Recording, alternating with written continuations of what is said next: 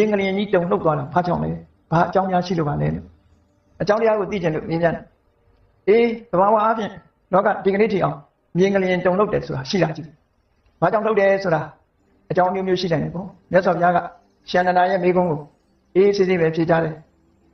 အာနန္ဒာငရင်လှုပ်ဖို့ဆိုတာအကြောင်း၈မျိုးရှိတယ်အဲ့ဒီကအကြောင်းတစ်မျိုးမျိုးကြောင့်လှုပ်ထားတာဖြစ်တယ်ပေါ့သူကသူလှုပ်တာမဟုတ်ဘူးဘာကြောင့်ပဲလှုပ်လို့အကြောင်းတစ်ခုခုတော့ရှိတယ်အေးခုခေတ်ဒီကြတော့အမျိုးမျိုးဖြေထုတ်ကြမှာပေါ့ဘာကြောင့်ငရင်လှုပ်တယ်ဆိုတာအမျိုးမျိုးဖြေထုတ်တယ်မြတ်စွာဘုရားကငရင်လှုပ်ခြင်းရဲ့အကြောင်းတွေကိုဖြေထုတ်ပေးထားတာ၈မျိုးရှိတယ်ဘာကြောင့်ငရင်လှုပ်တယ်ဆိုတာအဲ့ဒီနေရာမှာရှန္ဒနာကိုမြတ်စွာဘုရားကရှင်းပြတယ်အထခောအာနန္ဒဟေတုမဟာတောဘူမိသလတ္တ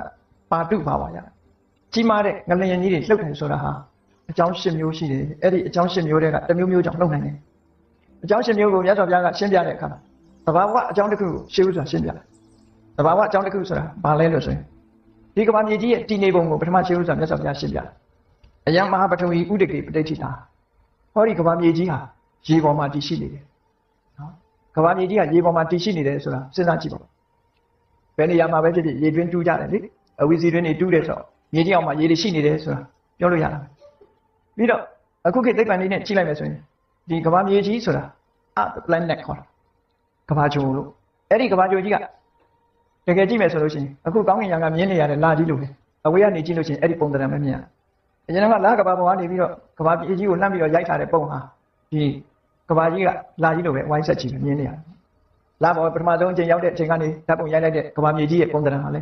ဝန်းဝိုင်းပြီးတော့ကောင်းကင်ထဲမှာအနန္တအာကာသအလွန်ကျယ်ဝန်းတဲ့ space ကြီးထဲမှာဒီလိုပုံပန်းသဏ္ဍာန်ကြီးရှိတယ်ကမ္ဘာမြေကြီးဟာကောင်းကင်ထဲမှာရှိတယ်ဆိုတာပတ်ဝန်းကျင်ပဲစဉ်းစားခံစားပြီးတော့ကြည့်ပါကိုယ့်ရဲ့ဘေးမှာလေတူကြီးတွေရှိနေတာနော်အထက်ကပဲကြီးကြီးအောက်ကပဲကြီးကြီးဘယ်နေရာပဲရောက်ရောက်လွင်ပြင်ထွက်ပြီးတော့ကိုယ့်ကိုရက်ကြည့်လိုက်ရင်ကိုဟာဆက်ဝိုင်းရဲ့အလဲကောင်မှာပဲအများတန်းရှိတယ်ဆက်ဝိုင်းကြီးရဲ့အလဲကောင်မှာပဲအများတန်းရှိတယ်အေးခလန်းလန်းရောက်သွားလို့ရှိရင်ကိုဟာထိပ်ဖြားပေါ်မှာရောက်နေတယ်လို့ဘေးပတ်ဝန်းကျင်ကြည့်လိုက်လို့ရှိရင်ဒဲအိုးကြီးမှောက်ထားတယ်လို့မိုးပြဲတဲ့ကြီးမှောက်ထားတယ်လို့ကိုဟာဘယ်ခါပဲဖြစ်ဖြစ်အလဲကိုမှာရောက်နေတာအဲ့ဒါကိုကြည့်ချင်းအဖြစ်ကမ္ဘာမြေကြီးကကောင်းကင်ယံထဲမှာဒီဂျိုကြီးတစ်ခုဆိုတာလည်းထင်ရှားတယ်ပေါ့ကမ္ဘာတည်ထားပုံကိုစာပေကျမ်းကမှာဖွင့်တဲ့အခါမှာကမ္ဘာကြီးစပြီးတော့ပေါ်ပေါက်လာပုံကိုဖွင့်တဲ့အခါတခြားဘာသာတွေမှာတော့ထာဝရဘုရားသခင်ကဖန်ဆင်းတယ်လို့ပြောလို့ဆိုတယ်ရသော်ဘုရားရဲ့အဆုံးအမအရဘုရားသခင်ဖန်ဆင်းတာမဟုတ်ဘဲနဲ့သဘာဝတရားရဲ့ဆောင်ရွက်မှုတာဖြစ်တယ်သဘာဝတရားကဖန်ဆင်းသဘာဝတရားကြောင့်ဖြစ်လာကမ္ဘာကြီးပြန်တည်ဆောက်ဖို့ကမ္ဘာပြုမိုးကြီးသဘာဝအားဖြင့်မိုးတွေရွာချလာအဲ့ဒီရွာချလိုက်တဲ့မိုးတွေဟာ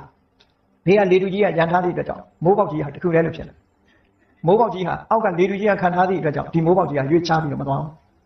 ဒီကောင်းကင်ယံကြီးထဲမှာပဲမိုးပေါက်ကြီးကရှိမိုးပေါက်လို့ဆိုကြတဲ့ကအဝိုင်းပဲ